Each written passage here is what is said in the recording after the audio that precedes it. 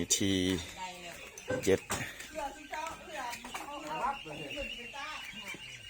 ดือน 10โอ้ได้หลายนะวันนี้พริก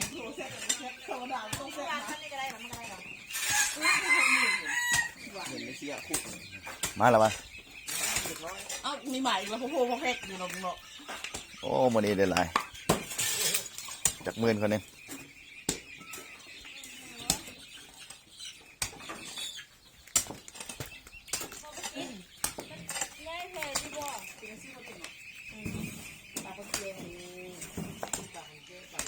สองทางอันนี้ผิดได้เลยได้นี่คัดนี่แหละเห็นสาวสุดบัวอยู่เหนืออยู่จริงมือนึงก่อนจะได้30,000นึงถ้ามันตัวน้อยดีถ้ามันตัวเยอะมึงแม่หันนี่มันตัวน้อยมันก็เท่านั้นแหละสร้างแล้วเขาก็ได้ตัวเยอะเนาะคือไรเด้อสุดไม่ได้ดีความจำดีประเดิมสร้างแล้วเราก็ลืมนะมีตัวไปช่วยเนี่ยโอ้ได้หลาย2 เล่มไหมบ่ป่ามันเข้าใส่อุ้มเลยคุ้มกับนี้แต่ว่ามันเข้าใส่นี่มันก็ได้มันเตอร์มันอย่างน้ำมันได้เข้าง่ายเพราะเลยมดใส่อุ้มเลยแล้วเตะ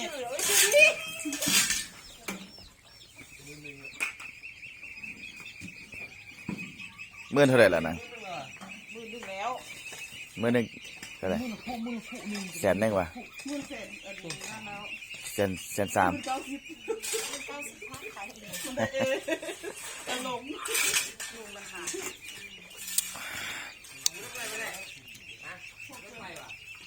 ไปเร็วว่าในข้ามั่วปลาแห้งเราเนี่ยที่ว่าอาจารย์ไม่ถ้าไม่เห็นออกไปเขตตัวโลนไม่ได้มากินตัดกล้องกันเล่นกันนี้เข้าป่าจริงเฮ้ยแม่มึงเฮ็ดนี่ก็ได้นะมึงเฮ็ดร้อยไปโลละ10,000เนาะนิดจางมาใส่มันก็เรียกปลาเหลือแล้วนี่ครับเนาะเนี่ยพักเดี๋ยวหน้าแม่ก็ได้กินได้เนาะโถเอาสร้างมันก่อนไปมันก่อนพวกเสื้อมันติดง่ายพอดิข้างเลยยิบจุ๊บกูสายกูนี่กูจะนั่งรับเงินเอาหัวอาหารบ้านเหรอน้อยอ้อยมันน่ะมันจะรอดป่าไฟมาแล้วมันเดี๋ยวเขาจะด่างขึ้นมาเขาผมไปแก้วคนที่ตากให้ดอกยุกด่างโล70กระดาษป้าวนบ่ได้มันนั่นนี่แค่ป่าน่ะคือดันว่าเนี่ยมึงเอาด่างตัดเงิน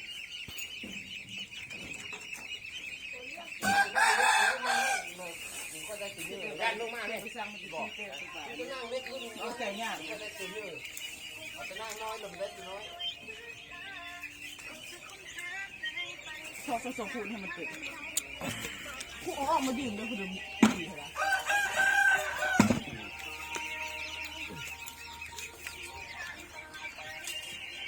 อาการสร้างก็ได้เป็นมีว่ากันเมาเนาะมีสร้างเอาน้ำก้อนมาปากกันถามเธอดูเป่าหนึ่งมีเกลือเหล้าเพื่อได้เด้อ8 ถุงผมมีเหล้าน้ำก้อนท่านมาเป่าหนึ่งสวยแก้ไม่มีกันน้อยสวย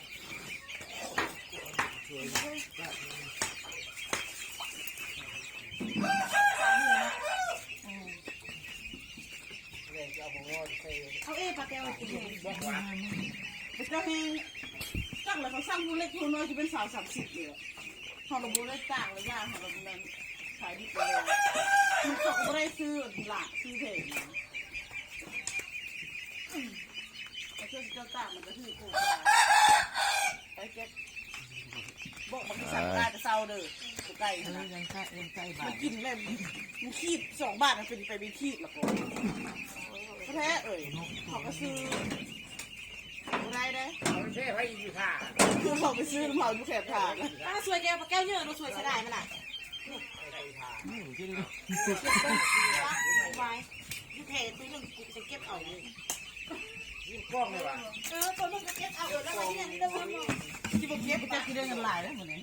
ไปหัน30,000แล้วเนาะ เอาซื้อไม่ให้สวย 5,000 เอามาที่ยัง ได้มือ30-40กู50กูเฮ็ดผู้เดียวหนึ่ง ยูนดู แล้วเฮ็ดผู้เดียวหมดแล้วไงมันบ่คือเขานั่งเขาป่า ยูสิเกี่ยวโหดเต้นรวบเสียงกระไว้เด้40,000มีดอกได้บ่50,000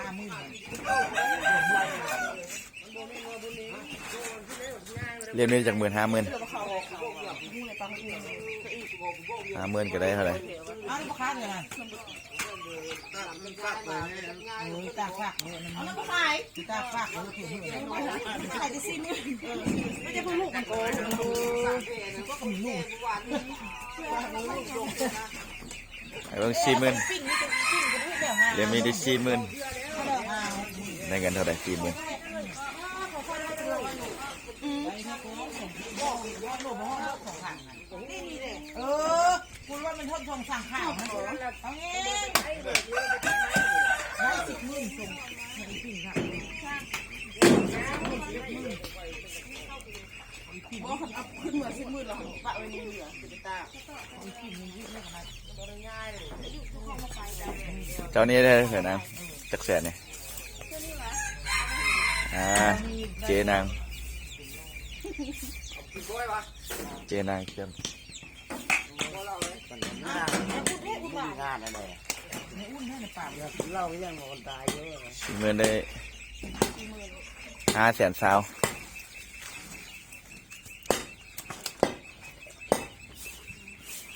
แม่บุญส่งไอ้แท้มอกแล้วก็นับแห่เข้าเองบุกออกการก่อนแต่มือส่งมือ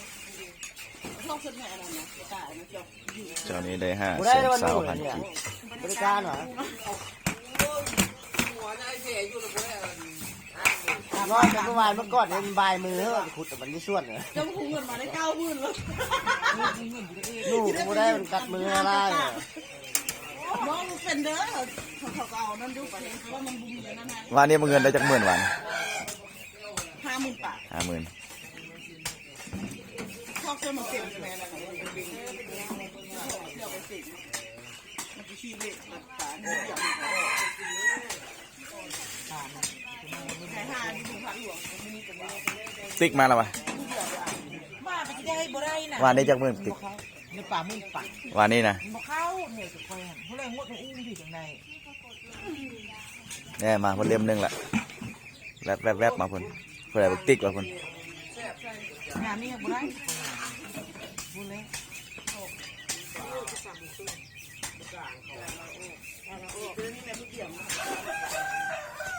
ขี้เตะขี้ ตาไปถึงโคนตาไปถึงโคนถ้าตัวน้อยติ่งยากเกี่ยวกับบ้านตากแม่ก็บ่ได้มีนักเกี่ยวกับเอาเกี่ยวพก เนี่ยเขาบอกปิ้งตาเขาบอก ตากไม่มีนักเข้าไปเกี่ยวนี่ เลยที่จะบอกตามันตัวเนี่ยมันขบุติ ติ๊กที่มานี่ ตัวน้อย ตอกมาคนดำมาคนแล้ว มันไม่ได้ขี้มันเละโชงมันโต ป้าจ้ามาเล่นคู่ปลาน่ะ พี่ของเจ้า1,000แล้วเนาะ เข้าไป เดี๋ยวออกเด้อแล้วเด้อมาแล้วกรรมกรมาอีกแล้วเรียนคิวเรียนคิวนะ อะไรบริการเนี่ย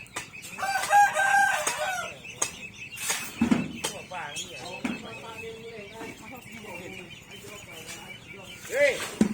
นี่นาเสีย1,500เลยตัวค่าเอาแต่อันไม่ค่าเลยเนาะ เขาไม่จอดถ่ายตู่เขาจอดถ่ายเตะกับผ่าน ข้างหลัง แม่ผมแม่บอกเปียกคลายโผล่อยู่คุณ ข้างหลังเด้อ จะไล่ไปเดินถ่ายเตะกับผ่านแม่บอกเปียกเลยถ่ายเจ้าที่หนึ่ง ปืนกี้ไปติด เราก็ไล่ค่าจะกินแก้วดีแล้ว เดี๋ยวตั้งหัวนี่ตุ่มมัน ต้องขำเลยค่ะ ตั้งหูแม่บอกเปียก รู้ว่าเจ้ากันแต่ว่าเอาแก้วเกลือเป็นตัวใกล้บอก ตั้ง โอ้ยเจ้ากันเอาแก้วเกลือเป็น ป้ากันได้ถึงมือ3-4 โล5 โลฉกตุ่มป้าบ่เข้าน่ะ ส่งเป็นเด็กแหละ เมื่อมาติดป่าเอน่ะ 5 ลูก ให้เขาจะได้เป็นนี่ไหน บ่ได้คือคนอยู่ในบ่เข้า เบิ่งดูเจ้านี่ เล่นว่าเขาไปใช้กับแก้วเขาไปกันคือเงินที่ตรงนี้ ไก่จะได้แล้วเจ๊ติ๊กก็ได้ ไปแก้บอกให้ลูกเราก็รอ ไอ้พวกมือมาเป็นไรแล้ว โอ้ยสันมันเดี๋ยวสำเร็จแล้ว แก้บอกให้กันไรเน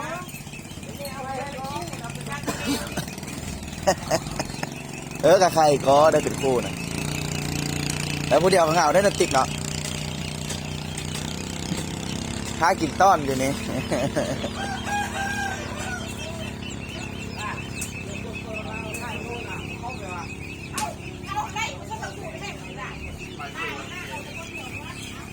เอ้ยกิ้วจักรอบเมื่อคืนนี่เต็มทางวะ เรือทางมาติ๊ก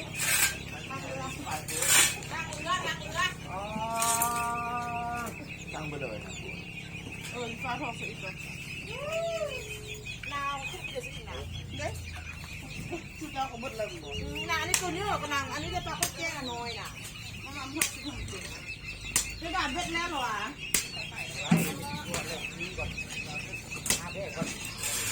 นายเชื่อมาไม่มาทราบมาเจอเขาเจอบอกว่ามีผู้เดือดร้อนเลยไม่ไหนจะตามเพียรจักเลยโอ้ผมทำแหลกมาเที่ยวมาอะไรน่า ทางห้า ไม่โดนตาไปแน่ บอกเอาเขาเผาเลย เอาวันนี้พี่บอกทำไมโน่น จ้างขายจ้างของกระดิ่งแล้วจะมือเลยสาม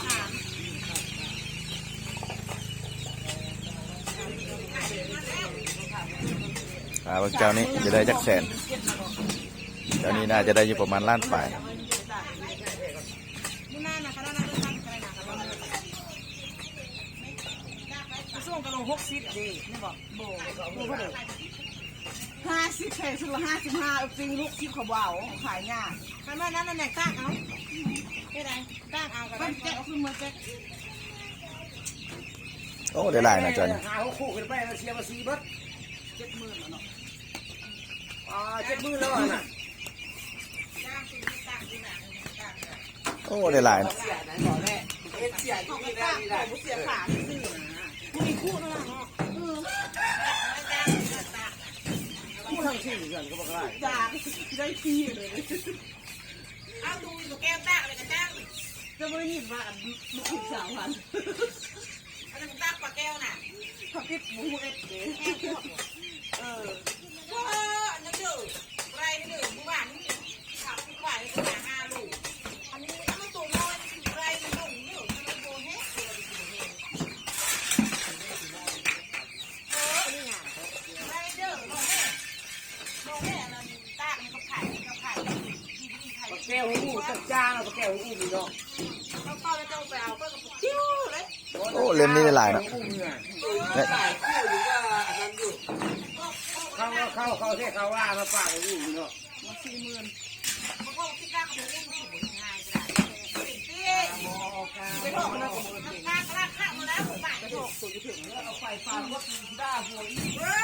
คนจะย่างว่าจะลากขึ้นมาเจ้าเอ๊ะ ดีทุกอย่างมูมันหมด เวทมาเสียงเอาไปอันบ้างวงเว้นปั๊บปั๊บมุดปั๊บเว้นคือไอ้น้ำเห็ดเส้นเนาะ